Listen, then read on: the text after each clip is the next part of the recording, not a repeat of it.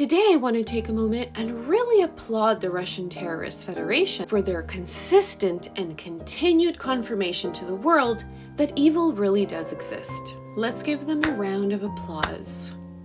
What with their never-ending self-published video evidence of terroristic and genocidal acts. And of course, who could forget their newest barrage of missile attacks all over Ukraine, which by the way has cost them somewhere in the neighborhood of $580 million.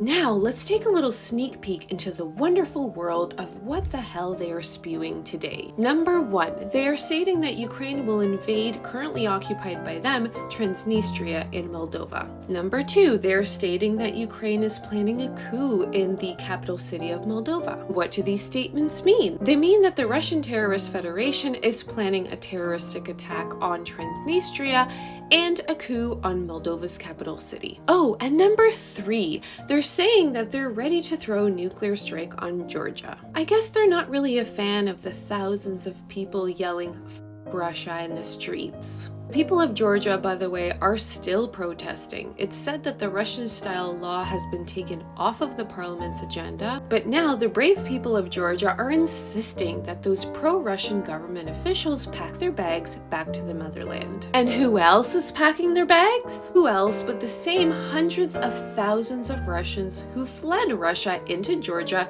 to avoid mobilization. They are now fleeing back to Mother Russia because I guess the smell of freedom and revolution in the Georgian air is just too much for them. And in even better news, the UK and France are aiming to give Ukraine decisive battlefield advantage. And soon, they're expected to announce the development of new precision weapons for Ukraine. And lastly, there is no nation like the Baltic nation. In a new program in Latvia, cars seized in drunk driving incidents will now be shipped to Ukraine to be used by soldiers and for humanitarian aid. Slava Ukraini! Героям слава! Разом до перемоги!